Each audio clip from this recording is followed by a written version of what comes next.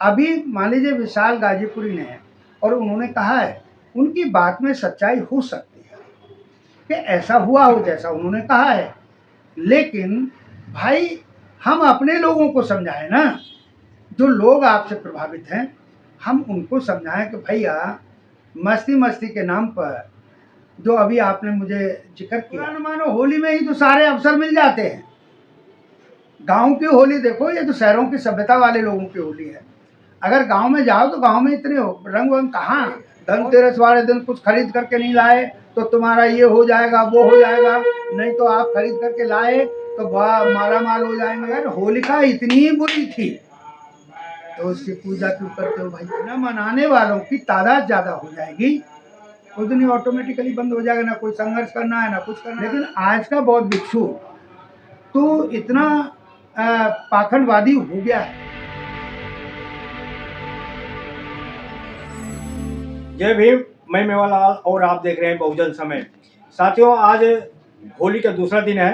होली बीत चुकी है, फिर भी मुझे कुछ ऐसा मैसेज मुझे मिला कि जो होली के बारे में कुछ हमारे साथी हैं, बहुजन समाज के लोग हैं, व्हाट्सएप पे और कोई रील बनाते हैं तो वो शब्द का यूज नहीं ढंग से करते, इससे उनके ऊपर FIR दर्ज हो जाता है।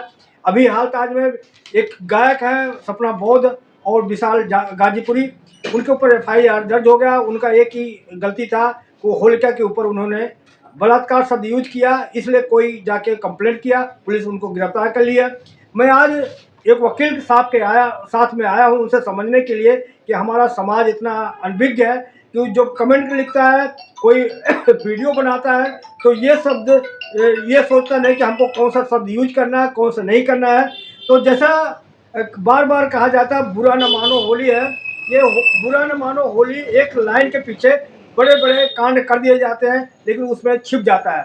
जैसे उदाहरण के तौर पे दारू पीकर मस्ती मनाया जाता है, कहता है कि ये होली है, और ज़बरदस्ती किसी बहन बेटी के साथ छेड़खानी करना ये मस्ती है, तो ये नाम दिया जाता है। तो उसको समझने के लिए और समाज को नई दिशा देने के लिए मैं वकील साहब से आज समझने के लिए आया हूँ कि आखिर जो ऐसे FIR दर्ज हो जाता है हमारे समाज के साथ, तो उससे बचने के लिए बहुजन समाज को कैसे रखना चाहिए, अपने इतिहास को बताओ तो कैसे बताओ, और क्या है ये मामला। सर से पूछूंगा, समझूंगा।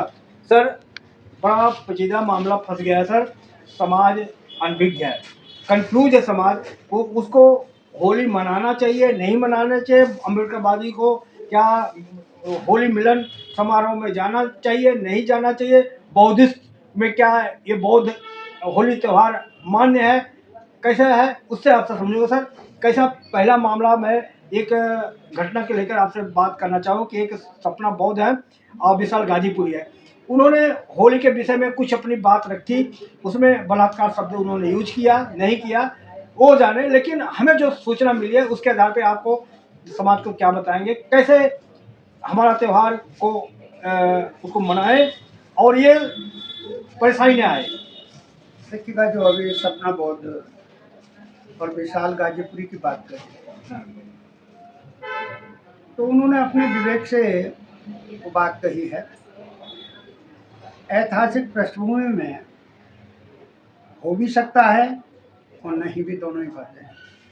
लेकिन मैं ऐसा मानता हूँ कि कोई भी सच्ची और अच्छी बात को भी कहने के लिए सही समय का चुनाव करना होगा, अन्यथा तो पंगा हो जाएगा और बहुत बड़ा दंगा हो जाएगा। उदाहरण के लिए मान लीजिए इस भारतवर्ष में जब कोई मौत हो जाती है और उस मुर्दे को सबको जब शमशान घाट ले जा रहे होते हैं तो मुर्दा 4 कंधों पे जा रहा होता है, पीछे पीछे जो लोग जा रहे होते हैं, तादाद कोई भी हो, वो एक डायलॉग बोलते जाते हैं। क्या बोलते हैं कि राम नाम सत्य है, सत्य बोलो गत है।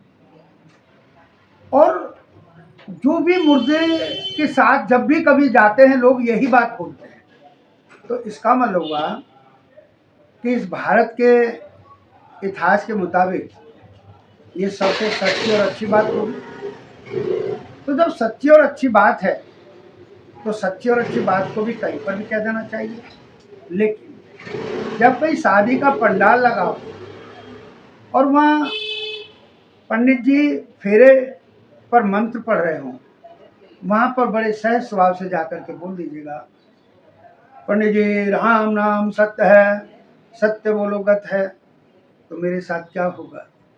आपको हंसी भी आ गई होगी और आप अंदाज भी लगाने लगे होंगे कि मेरा हुलिया बदल देंगे, मेरे साथ मारपीट हो जाएगी और पीटते पीटते लोग उस शादी के पंडाल से बाहर कर देंगे। अरे भाई, बात तो मैंने वही कही कि जो सारा जमाना कहता था, सच्ची और अच्छी बात कही मैंने, लेकिन मैंने सही समय का चुनाव नहीं किया।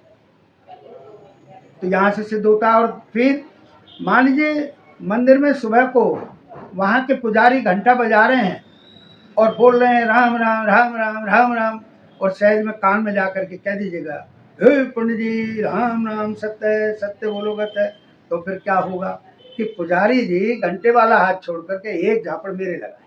क्यों भाई, मैंने तो जमाने की सबसे बड़ी सच्चाई कही है। लेकिन सच्चाई तो कही है, लेकिन सच्ची और अच्छी बात को भी कहने का सही मैंने मौका नहीं ढूंढा है।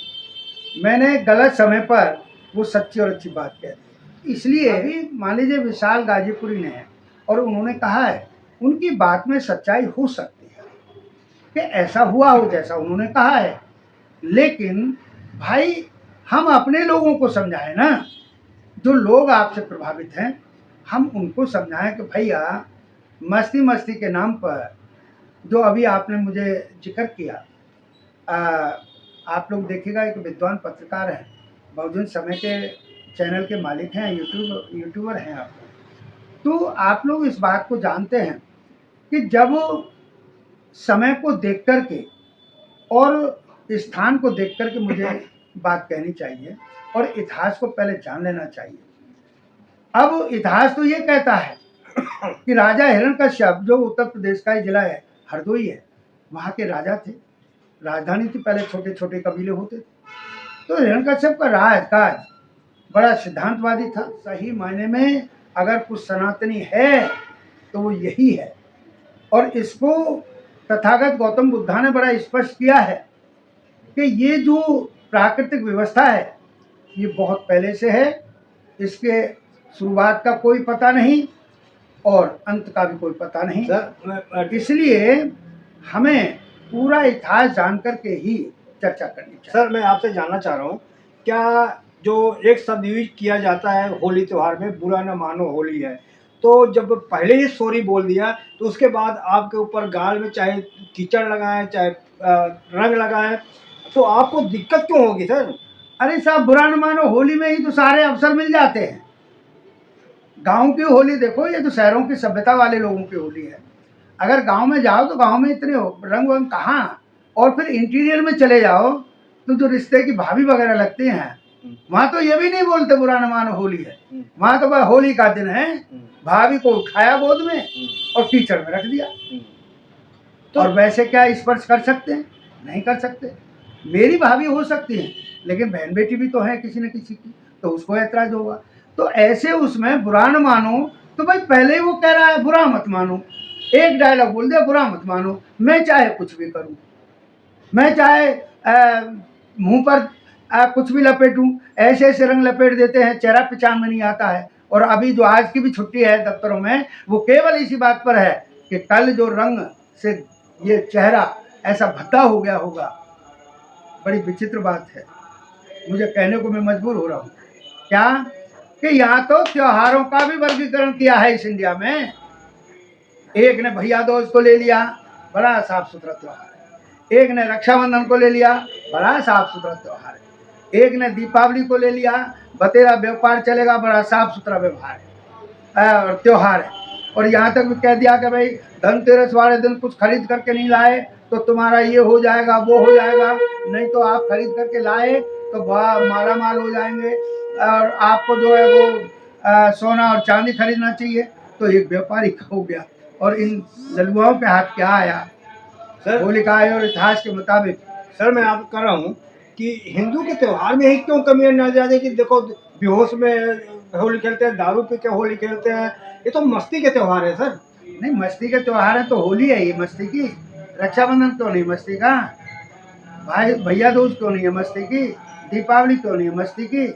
केवल होली है ही ना कि भाई जिनके बहन बेटी को जला दिया गया हो और फिर टीका करके उनका सत्कार किया जाता हो, तो क्या ये संबोधन नहीं है, आभास नहीं है, उसको जनाना नहीं है कि भाई देखो देखो हमने ऐसा कर दिया और सर, तुम कुछ कर सकते हो तो करो, नहीं तो मैं एक सवाल कर लेता हूँ आपसे। क्या अगर होलिका इतनी बुरी थी तो उसकी पूजा क्यों करते हो भाई? और जब होलिका बढ़ियाई थी, पूजा की पात्र थी, तो फिर भाई उसे जलाते क्यों हो? सर मैं आपसे ये कह रहा हूँ, जब इस देश में सती प्रथा बंद हो सकती है, तो क्या ये होली जो जलाते हैं, क्या इसको बंद नहीं हो इसमें सकता? न मनाने वालों की, होली न मनाने वालों की तादाद ज्यादा हो जाएगी, उस दिन ऑटोमेटिकली बंद हो जाएगा। ना कोई संघर्ष करना है, ना कुछ करना है, समझ लेना है, अपने इतिहास को जान लो कि राजा हिरण्यकश्यप यहीं के मूल निवासी थे, यहीं के राजा रहे हैं। आर्य लोग तो सब बाद में आए, तब ये हुआ है। तो जब बहुजन समाज के लोग, मूल निवासी यहाँ के, जब ये अपना इतिहास जान जाएंगे, कहाँ गलती हो रही है हमसे, कहाँ हमारी अज्ञानता है, और सीधा सिद्धांत है, प्राकृतिक व्यवस्था के सिद्धांत है कि अज्ञानता की सजा भुगतनी पड़ती है। अपमान की हो, चाहे आर्थिक नुकसान हो, चाहे सामाजिक नुकसान हो, बहरहाल अज्ञानता की सजा भुगतनी। सर क्या जो अम्बेडकरवादी हैं या बुद्धवादी हैं, कबीरवादी हैं, संविधान अधिकार देता है ना सर, किसी होली मिलन में जाए, कुछ भी करें, तो आप मना तो थोड़ी कर सकते हैं सर। नहीं, हम कब मना कर रहे हैं? हम तो मना नहीं कर रहे, लेकिन वो जो ब्राह्मण समाज के बुद्धिजीवी लोग हैं, वो भी अपने को जो होलिका दहन के बाद जो दूसरा दिन होता है उससे अपने को बचाव करते हैं और होली जलाने भी नहीं जाते।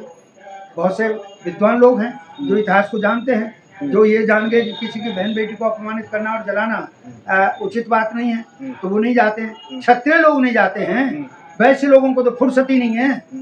लेकिन अगले दिन जो आपने एक डायलॉग बोला कि बुरा न मानो होली है, तो अब दूसरे को कह दिया आराम से बुरा मत मानो भाई, तो क्या चाहे मैं कुछ भी। तो क्या सर ये जो अम्बेडकरवादी हैं, बुद्धिवादी हैं, बुद्ध को मानते हैं, अम्बेडकर को मानते हैं, इनको क्या होली समारोह में, होली मिलन में जाना चाहिए? क्या इनको संदेश दोगे आप? देखिएगा, इसमें जो तथागत गौतम बुद्धा के अनुयायी हैं, वो तो अपने को इससे स्वयं दूर रखेंगे। मेरा कोई अल्फाज कहने की आवश्यकता नहीं है। जो भी इतिहास को जान जाए कि हमारे साथ ऐसा हुआ है, हमारे राजा के साथ ऐसा हुआ है, हमारे समाज की बहन बेटी के साथ ऐसा हुआ है, उसको तो वो लोग इसको तो रंगों का त्योहार जोड़ते हैं सर। ये होली में तो वो देखिएगा, होलिका दहन पहले दिन है, पूर्णिमा को ये करते हैं, और चैत्र की कृष्ण पक्ष की प्रथमा मतलब पड़वा, उस दिन ये इस तरह से रंग खेलते हैं। तो ऐसा नहीं है कि सारा कुछ पहले दिन होता है, पहले दिन कुछ नहीं होता है। हालांकि आज की कुछ इस तरह के लोग हो गए कि उन्हें 2-4 दिन पहले से ही एक दूसरे को रंग लगाने की आदत बन गई, तो वो सब कुछ उचित नहीं है और ठीक नहीं है, और मानते भी नहीं है, लोग ही नहीं मानते। जी मैं कह रहा हूँ कि अगर आपको होली से, रंग से अगर इतना दिक्कत है, तो आप बाहर मत निकलिए। क्यों बाहर निकल, तो घर में रहो। नहीं, आपकी सलाह नेक है, मैं तो मानता हूँ। भाई मैंने कहा नहीं, बहुत सारे बुद्धिजीवी लोग वो किसी भी धर्म के हैं, किसी भी जाति के हैं, किसी भी प्रांत के हैं, वो लोग तो अपने को रोकते हैं। तो आपको अधिकार है कि उद्दंड करो, किसी को आने जाने दो, बस बंद कर दो, इसीलिए आपका अधिकार है। इसीलिए तो वो लोग रुकते हैं अपने घर, तो उस दिन उद्दंडता ही होती है। अगर यही चीज मुसलमान के त्योहार में अगर आ जाए, किसी को रास्ता बंद कर दो, ट्रेन बंद कर दो, बस बंद कर दो, तो क्या आपको क्या कहेंगे, कानून है ये? देखिएगा, मेरे से ही ये सवाल करके आप वो कहलवाना चाहते हो कि आज का तो मुसलमान मेरा अपनी जान बचाए फिर रहा है, और जब राजे महाराजे रहे तब भी उनके किसी भी त्यौहार में, इनके यहाँ पर भी ईद उल जुहा भी है, ईद उल फितर भी है, अभी ईद उल फितर आएगी। अरे कौली भर करके एक दूसरे को मान सम्मान देता है, प्यार मोहब्बत की बात करता है। मेरे यहाँ थोबड़े को काला पीला करके तब कौली भरते हैं। एक के कपड़े भीगे हुए हैं, रंग में बदतर हो रहे हैं, और दूसरा जो साफ सुथरे कपड़े पहन करके भी उसकी कौली भर करके, ये कैसा प्रेम भाव दर्शाना है कि दूसरे के भी कपड़े गंदे करते हैं? अपने तो हैं ही, दूसरे के भी कर। सर मैं लास्ट सवाल आपसे पूछ रहा हूँ, क्या जो अम्बेडकरवादी हैं, बुद्धिवादी हैं, बुद्ध को मानते हैं, मैं बड़ा अम्बेडकरवादी हूँ, बुद्ध को मानता हूँ, ये अपने आप को मैं व्हाट्सएप पे देख रहा हूँ, सब कह रहे हैं कि भाई कुछ वर्ग कह रहा है कि होली को नहीं मनाना चाहिए, अब कोई कह रहा है होली मुबारकबाद, कोई होली मिलन में जा रहा है, तो क्या करना चाहिए? जो अम्बेडकरवादी हैं, जो बुद्ध को मानते हैं, उनका क्या ये त्यौहार है? देखिए, जो लोग मेरे 15% समाज को छोड़ करके बाद बाकी 1935 और उससे पहले वाला शूद्र शब्द जो है, वो अपने इतिहास से वाकिफ नहीं है। और वो यदि किसी ऐसे मौके पर जब कहीं एक दाह संस्कार कर दिया गया हो उसका, होलिका का, राजा हिरण्यकश्यप की बहन का, जो समाज की, और फिर उसके बाद मुबारकबाद देते हों, तो न तो उन्हें मुबारकबाद शब्द का गंभीरता, अरे सर, गहनता, भंते लोगों अर्थ को का, वीडियो आ रहा है, तो भंते लोग इसको होली को मना रहे। ये कहाँ लिखा है कि बौद्ध भिक्षु बहुत विद्वान होता है? ऐसा तो कहीं नहीं लिखा गया है।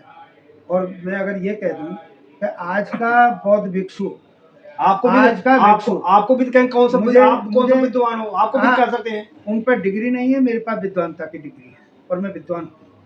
उनकी विद्वानता की एक भी बात और व्यवहार नहीं है। सारे बौद्ध भिक्षु के लिए तो मैं नहीं कह रहा, मैं उनकी बात कर रहा हूँ जो आप कह रहे हो कि वो मुबारकबाद शब्द दे रहे हैं। आज का बौद्ध भिक्षु भी पूरा पुरोहित हो गया है।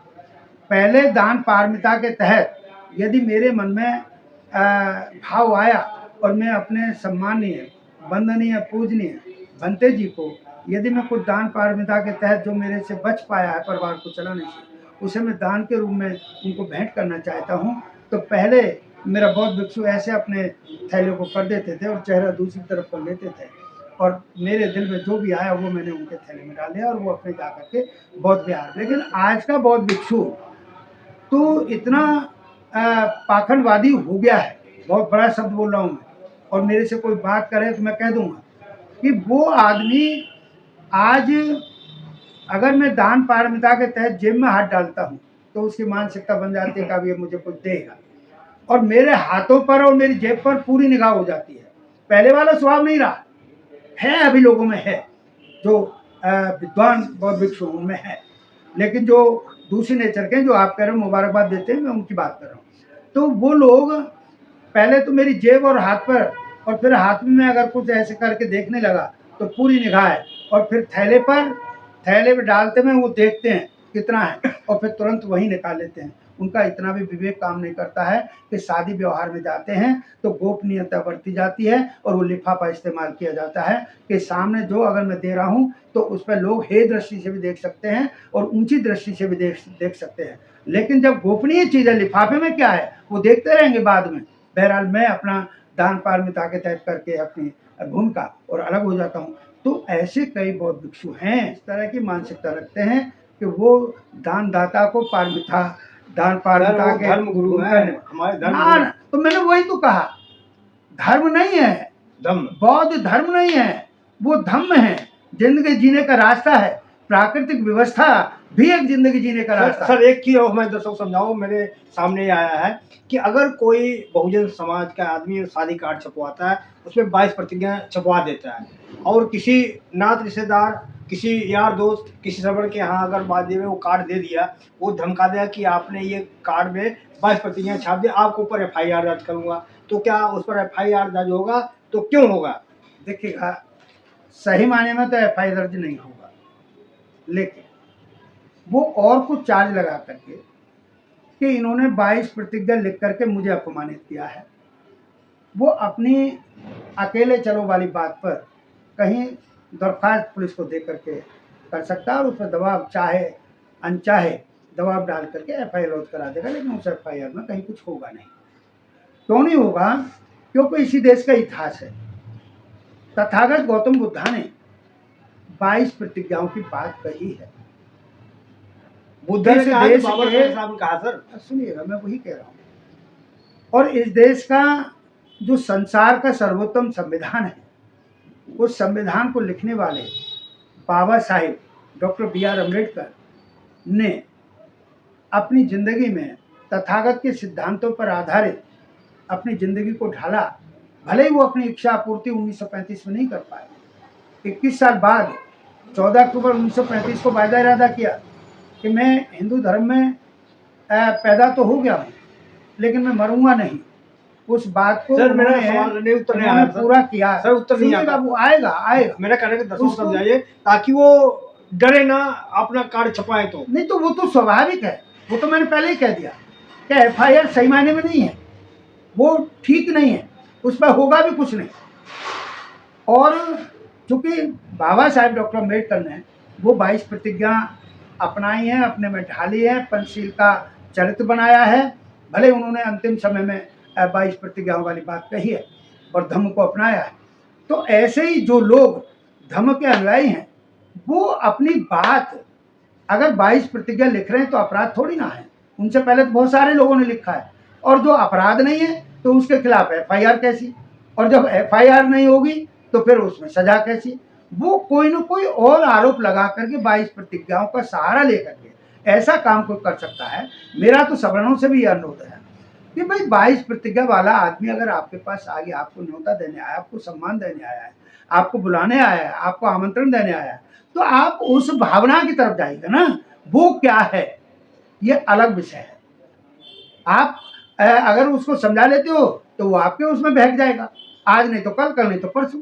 लेकिन उसके आपको आज़ादी है संवैधानिक तौर पर, आप अपने धर्म को मान सकते हो। तथागत गौतम बुद्धा को मानने वाले अपने धर्म को मान सकते हैं, इस्लाम मत में पैदा हुए लोग इस्लाम मत को मान सकते हैं, ईसाई धर्म में पैदा होने वाले ईसाई धर्म को मान सकते हैं, जैनी अपने जैन जो संत महापुरुष हैं उनका कहना मान सकते हैं।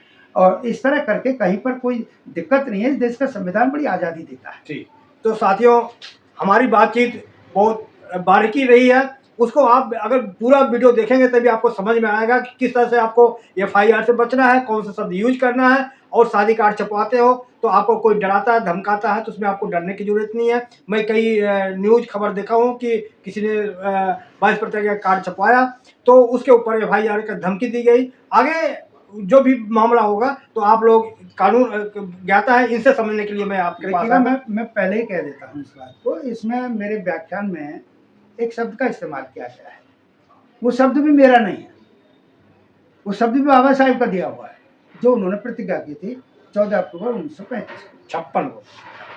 14 अक्टूबर 1935 को उन्होंने ये कहा था कि मैं हिंदू धर्म में पैदा जरूर हुआ हूँ, लेकिन मैं मरूंगा नहीं। और 21 साल बाद उन्होंने 14 अक्टूबर 1956 को वो अपनी प्रतिज्ञा पूरी कर ली। तो वो बाबा साहेब का कहा हुआ चीज़ है, उसी को मैंने रिपीट किया है। किसी की भावना, श्रद्धा, विश्वास और मान्यता किसी के विपरीत, क्योंकि उनका भी हक है अपने विचारधारा से जीवित रहने का, तो हमारा भी हक है अपनी विचारधारा से जीवित रहने का, अपने संत महापुरुषों को मानने का। तो वो चर्चा मैंने की है। किसी की भावनाओं को ठेस पहुंचाने का इस मत में कोई उद्देश्य नहीं है। जी, तो धन्यवाद सर। तो आपने देखा हमारी बातचीत कैसा रहा। आपसे एक अपील है कि अगर आप हमारे चैनल को से हमारा काम से पसंद है तो हमारे चैनल को सब्सक्राइब करें, लाइक करें, कमेंट करें। आपका एक कमेंट किसी का सोच बदल सकता है। मैं मेवालाल, बहुजन समाज। इतना